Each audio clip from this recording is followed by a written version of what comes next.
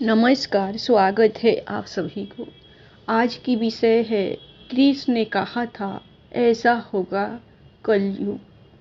वर्तमान युग में महाभारत के एक प्रसंग से आज का मानव कुछ सीख ले सकता है। यह प्रसंग उस वक्त का है जबकि पांचों पांडवों को वनवास हो गया था। वनवास जाने से पूर्व पांडवों ने भगवान श्री कृष्ण से कहा, हे श्री कृष्ण, अभी यह द्वापर और अंत काल चल रहा है। आप हमें बताइए कि आने वाले कलयुग में काली काल की चाल या गति क्या होगी, कैसी होगी। श्री कृष्ण कहते हैं, तुम पांचों भाई वन में जाओ और जो कुछ भी दिखे वह आकर मुझे बताओ, मैं तुम्हें उसका प्रभाव बताऊंगा। पांचों भाई वन में चले गए। वन में उन्होंने जो देखा उसको देखकर वे आश्चर्यचकित रह गए। आखिर उन्होंने वन में क्या देखा और श्री कृष्ण ने क्या जवाब दिया, जानिए। युधिष्ठिर ने क्या देखा। पांचों भाई जब वन में रहने लगे तो एक बार चारों भाई अलग अलग दिशाओं में वन भ्रमण को निकले। युधिष्ठिर भ्रमण पर थे तो उन्होंने एक जगह पर देखा कि किसी हाथी की दो सूंड है। यह देखकर युधिष्ठिर के आश्चर्य का ठिकाना नहीं रहा। अर्जुन ने क्या देखा। अर्जुन दूसरी दिशा में भ्रमण पर थे। कुछ दूर जंगल में जाने पर उन्होंने जो देखा उसे देखकर वे आश्चर्य में पड़ गए। उन्होंने देखा कि कोई पंछी है, उसके पंखों पर वेद की रचनाएं लिखी हुई है, पर वह पंछी मुर्दे का मांस खा रहा है। भीम ने क्या देखा। दोनों भाइयों की तरह भीम भी भ्रमण पर थे। भीम ने जो देखा वह भी आश्चर्यजनक था। उन्होंने देखा कि गाय ने बछड़े को जन्म दिया है। जन्म के बाद वह बछड़े को इतना चाट रही है कि बछड़ा लहूलुहान हो गया। सहदेव ने क्या देखा। सहदेव जब भ्रमण पर थे तो उन्होंने चौथा आश्चर्य देखा कि 6-7 कुएं हैं और आसपास के कुओं में पानी है, किंतु बीच का कुआं खाली है। बीच का कुआं गहरा है, फिर भी पानी नहीं है। उन्हें यह देखकर घोर आश्चर्य हुआ कि ऐसा कैसे हो सकता है। नकुल ने क्या देखा। नकुल भी भ्रमण पर थे और उन्होंने भी एक आश्चर्यजनक घटना देखी।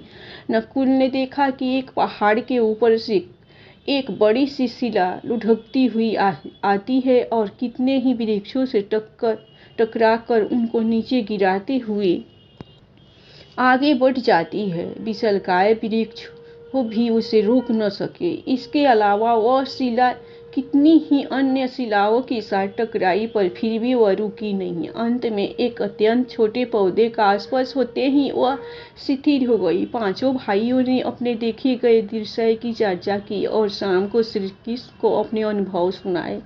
सबसे पहले युधिष्ठिर ने कहा कि मैंने तो पहली बार 2 सूंड वाले हाथी देखा। यह मेरे लिए बहुत ही आश्चर्यजनक था। तब श्री कृष्ण कहते हैं, हे धर्मराज, अब तुम काली काल की सुनो।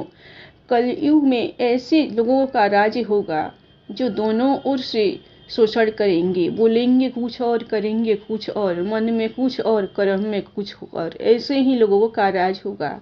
इससे तुम पहले राज कर लो।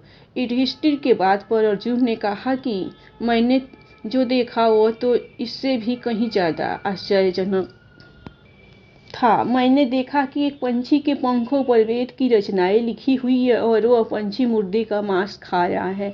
तब श्री कृष्ण कहते हैं, इसी प्रकार कलयुग में ऐसे लोग रहेंगे जो बड़े ज्ञानी और ध्यानी कहलाएंगे। वे ज्ञान की चर्चा तो करेंगे लेकिन उनके आचरण राक्षसी होंगे। बड़े पंडित और विद्वान कहलाएंगे किंतु वे यहीं देखते रहेंगे कि कौन सा मनुष्य मरे और हमारे नाम से संपत्ति कर जाए। हे अर्जुन, संस्था के व्यक्ति विचारेंगे कि कौन सा मनुष्य मरे और संस्था हमारे नाम से हो जाए। हर जाति धर्म के प्रमुख पद पर बैठे विचार करेंगे कि कब किसका साथ हो, कौन कब किस पद से हटे और हम उस पर चढ़े। चाहे कितने भी बड़े लोग होंगे किंतु उनकी दृष्टि तो धन और पद के ऊपर, मांस के ऊपर ही रहेगी। ऐसे लोगों की बहुतायत होगी, कोई कोई बिरला ही संत पुरुष होगा।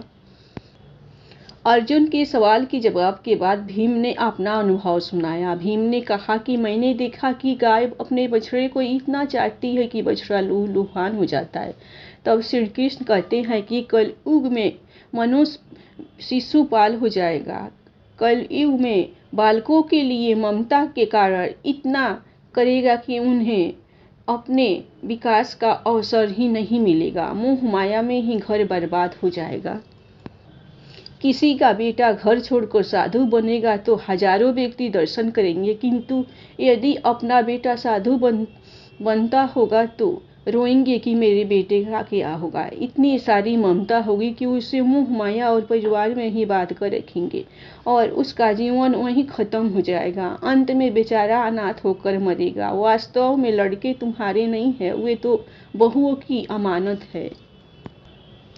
लड़कियां जमाइयों की अमानत है और तुम्हारा यह शरीर मृत्यु की अमानत है। तुम्हारी आत्मा परमात्मा की अमानत है। तुम अपने शाश्वत संबंध को जान लो बस। भीम के बाद सहदेव ने पूछा, हे श्री कृष्ण, मैंने जो देखा उसका क्या मतलब है? मैंने यह देखा कि 5 से 7 भरे कुओं के बीच का कुआं एकदम खाली है, जबकि ऐसा कैसे संभव हो सकता है? तब श्री कृष्ण कहते हैं, कलयुग में धनाढ्य लोग लड़के लड़की के विवाह में, मकान के उत्सव में, छोटे बड़े उत्सवों में तो लाखों रुपए खर्च कर देंगे, परंतु पड़ोस में ही यदि कोई भूखा प्यासा होगा तो यह नहीं देखेंगे कि उसका पेट भरा है या नहीं। उनका अपना ही सगा भूख से मर जाएगा और वे देखते रहेंगे। दूसरी ओर मौज मंदिरा मांस भक्षण सुंदरता और व्यसन में पड़े उड़ा देंगे, पैसे उड़ा देंगे, किंतु किसी के 2 आंसू पोंछने में उनकी रुचि न होगी। कहने का तात्पर्य यह है कि कलयुग में अन्न के भंडार होंगे, लेकिन लोग भूख से मरेंगे। सामने महलों बंगलों में ऐशो आराम चल रहे होंगे, लेकिन पास ही के झोपड़ी में आदमी भूख से मर जाएगा। एक ही जगह पर असमानता अपने चरम पर होगी। सहदेव के बाद नकुल ने श्री कृष्ण को बताया कि मैंने भी एक आश्चर्य देखा। वह यह कि एक बड़ी सी चट्टान पहाड़ पर से लुढ़की। वृक्षों के तने और चट्टानों उसे रोक न पाए, किंतु एक छोटे से पौधे से टकराते ही वह चट्टान रुक गई। तब श्री कृष्ण ने कहा, कलयुग में मानव का मन नीचे गिरेगा, उसका जीवन पतित होगा। वह पतित जीवन धन की शिलाओं से नहीं रुकेगा, न ही सत्ता के वृक्षों से रुकेगा, किंतु हरि नाम के एक छोटे से पौधे से, हरि कीर्तन के एक छोटे से पौधे से मनुष्य जीवन का पतन होगा, रुक जाएगा। श्रीमन नारायण नारायण हरि हरि। धन्यवाद। आप लोगों को श्री कृष्ण ने कहा ऐसा होगा कलयुग। यह कहानी पसंद आई होगी तो आप लोग भगवान श्री कृष्ण नारायण के नाम पर लाइक सब्सक्राइब जरूर कीजिएगा। हरि नारायण, हरे हरे।